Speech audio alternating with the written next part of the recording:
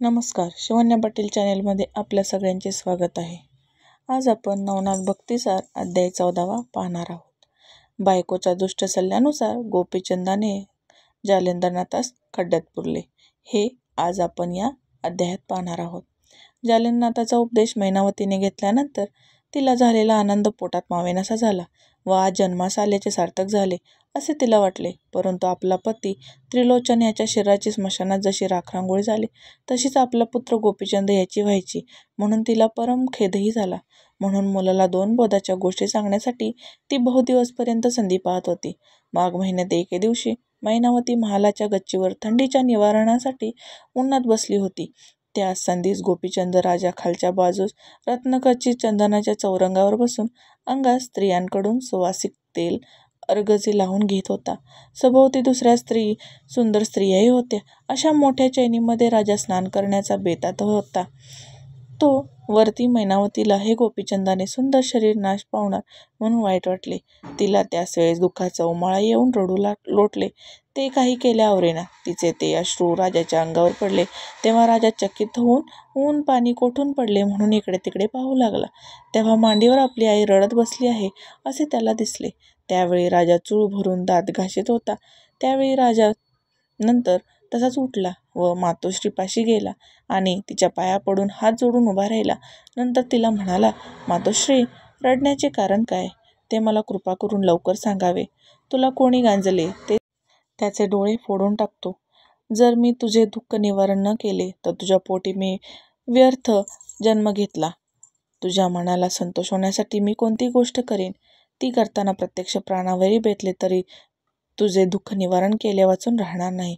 गोपीचंद राजाचे बोलणे ऐकून मैनावती म्हणाली, महान प्रतापती अशा गोपीचंद राजाची मी माता असता मला गांजेल असा कोण? परंतु मला दुःख होण्याचे कारण इतकेच की तुझा बाप तुझ्यासारखाच स्वरूपवान होता, परंतु काळाने ग्रासल्यानंतर त्याच्या देहाची क्षणात राखरांगोळी होऊन गेली. तुझ्या ह्या स्वरूपाची तरी तीच गत व्हायची म्हणून मला खूप वाईट वाटत आहे. शरीराची व्यर्थ माती न होऊ देता कृतांत काळापासून सोडविण्याची युक्ती योजावी. हा मार्ग मला उत्तम दिसतो. आपले हित होईल तितके करून घ्यावे. गोपीचंदा, क्षणभंगूर ऐश्वर्यास न भुलता देहाचे सार्थक करून घे. पण सध्याच्या तुझ्या वृत्तीकडे पाहून मला तुझी काकुळता येते व याकरिताच रडे आले. एरवी माझा कोणाकडेही उपमर्द झाला नाही. मग राजाने सांगितले, मातोश्री, तुझे म्हणणे खरे आहे, पण सांप्रत असा गुरु मला मिळणार कुठे? प्रथमतः तो अमर असला तर तो मला अमर करेल, तर असा आजकाल आहे तरी कोण? तेव्हा मैनावती म्हणाली, बाळा, जालिंदरनाथ त्याच प्रतीचा असून तो सांप्रत आपल्या नगरात आला आहे. तरी तू त्यास कायेने, वाचेने व मनाने शरण जा आणि ह्या नशिवंत ऐश्वर्याचा लोभ न धरता त्याच्यापासून आपली काया अमर करून घे. हे ऐकून गोपीचंदाने सांगितले, त्याच्या उपदेशाने मी माझी बायका मुले, सुख संपत्ती, राजवैभव आदी करून सर्वांस अंतरेन. याकरिता आज एकाएकी माझ्याने योग होणार नाही, तर मला आणखी 12 वर्षे सर्व तऱ्हेचा विलास भोगू दे. मग मी गुरु शरण जाऊन योगमार्गाचा स्वीकार करेन व उन्हात पात राजाच्या पुत्राप्रमाणे ब्रह्मांडात कीर्ती करून घेईन. तेव्हा आई म्हणाली, मुला, ह्या देहाचा एका पाळाचा सुद्धा खात्रीने भरोसा देत नाही. असे असता तू एकदम 12 वर्षाची जोखीमदारी शिरावर घेतोस. मग बाळा, 12 वर्ष कुणी पाहावी? कोणत्या वेळेस कसा प्रसंग येईल ह्याचा काही नेम नाही. मैनावती गोपीचंद राजास करीत असलेला हा बोध त्याची पट्टराणी लोमावती दडून ऐकत होती. तो ऐकून तिला त्या वेळेस परम दुःख झाले. ती मनात म्हणू लागली, ही आई नव्हे, वैरीण होय. हे राजाचे ऐश्वर्य भोगायचे सोडून त्याचा त्याग करावयास सांगणारी ही आपली सासू नसून एक विवशीची उत्पन्न झालेली आहे. आता ह्यास उपाय तरी कोणता करावा?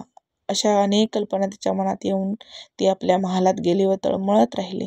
गोपीचंदाने मैनावतीचा उपदेश ऐकून घेतले आणि उत्तर दिले, मातोश्री, ज्या अर्थी तुझी अशी मर्जी आहे त्या अर्थी मीही तुझ्या इच्छेविरुद्ध वागत नाही. पण त्या जालिंदरनाथाचा प्रताप कसा आहे तो पाहून व त्याच्यापासून खचित माझे हित होईल अशी माझी खात्री झाली की मी त्या शरण जाऊन कार्यभाग साधून घेईन. आता तू हे सर्व मनातले दुःखमय विचार काढून टाक आणि खुशाल आनंदाने राहा. असे तिचे समाधान करून राजा स्नानास गेला. इकडे राजाची प्रीतीतली मुख्य राणी लुमावती हिला राजास मैनावतीने केलेला उपदेश न पटल्याने तिने निराळाच प्रयत्न चालवला. तिने आपल्या दुसऱ्या 5-7 चौथींना बोलावून व त्यांचा चांगला आदर सत्कार करून त्यांना मैनावतीचा राजास बिघडवून योग देण्याचा घाट घालविला.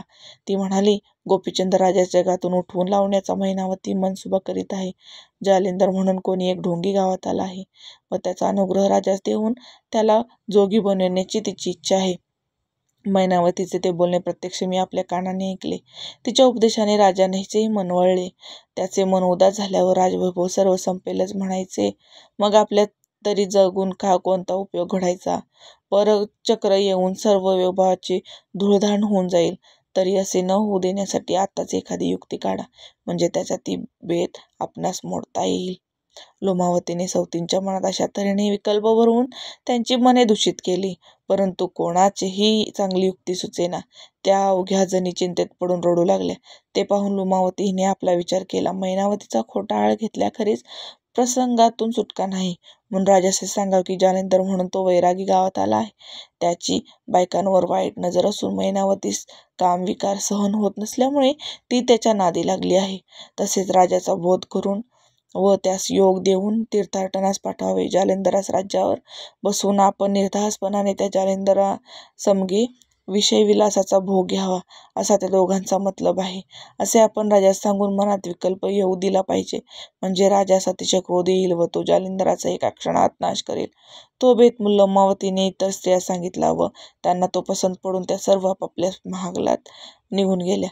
त्या दिवशी राजा सर्व दिवसभर राजकीय कारभार पाहून रात्रीस भोजन झाल्यानंतर सर्वस मुख्य राणी जी लुमावतीच्या महालात गेला. तिने त्यास मंचकावर बसवल्यानंतर गोड गोड बोलून त्याच्या प्रेमास पाजर आणला.